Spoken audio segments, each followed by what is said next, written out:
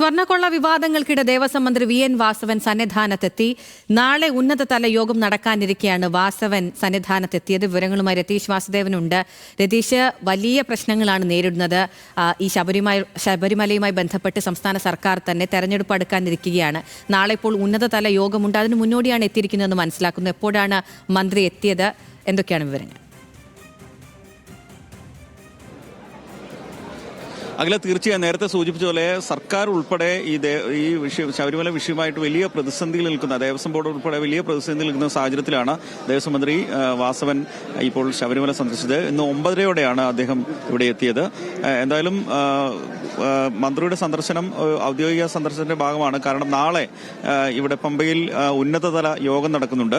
അതിന്റെ കൂടെ ഭാഗമായാണ് അദ്ദേഹം ഇന്ന് ഇവിടെ എത്തിയെന്നാണ് മനസ്സിലാക്കാൻ സാധിക്കുന്നത്. എന്തായാലും ഈ വിഷയവുമായി ബന്ധപ്പെട്ട് കോടതിയുടെ ഒരു വലിയ അനുകൂലപരമായ ഒരു വിധി, ഒരു നിർദ്ദേശം കൂടി ഉണ്ടായ ദിവസമാണ്. കാരണം ഓരോ ദിവസവുമുള്ള ആളുകളുടെ എണ്ണത്തിനനുസരിച്ച് മാറ്റങ്ങൾ വരുത്താൻ, വിവേചനപൂർവ്വം അല്ലെങ്കിൽ വിവേകപൂർവ്വം മാറ്റം വരുത്താൻ ദേവസ്വം ബോർഡിന് അധികാരം ഉണ്ടായിരിക്കും. പക്ഷേ അത് ദേവസ്വം കമ്മീഷണറും അതുപോലെ തന്നെ പ്രോട്ടോകോൾ ഓഫീസറും ഒക്കെ ബന്ധപ്പെട്ട് സംസാരിച്ചിട്ട് സ്പെഷ്യൽ ഓഫീസർക്ക് റിപ്പോർട്ട് ചെയ്ത ശേഷമായിരിക്കണം ഇത് നടപ്പിലാക്കുക എന്ന നിർദ്ദേശം കൂടെ ഹൈക്കോടതി ഇന്ന് ദേവസ്വം ബോർഡ് ബെഞ്ച് നിർദ്ദേശിച്ചിരുന്നു.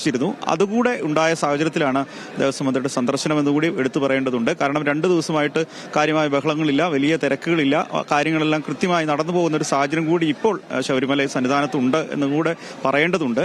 അത് കൂടുതൽ വരും ദിവസങ്ങളിലെ തിരക്ക് ഉൾപ്പെടെ എങ്ങനെ നിയന്ത്രിക്കാം, എങ്ങനെ സൗകര്യപ്രദമായ രീതിയിൽ ദർശനം നടത്താൻ വിശ്വാസികൾക്ക് അവസരമൊരുക്കാം തുടങ്ങിയ കാര്യങ്ങൾ വരും ദിവസങ്ങളിൽ തിരക്ക് വർദ്ധിക്കുന്ന സാഹചര്യത്തിൽ കൂടിയാണ് അത്തരത്തിൽ ഒരു മുന്നൊരുക്കത്തിന്റെ ഭാഗമായാണ് പ്രത്യേക യോഗം നാളെ 10 മണിക്ക് പമ്പയിൽ നടക്കുന്നത്.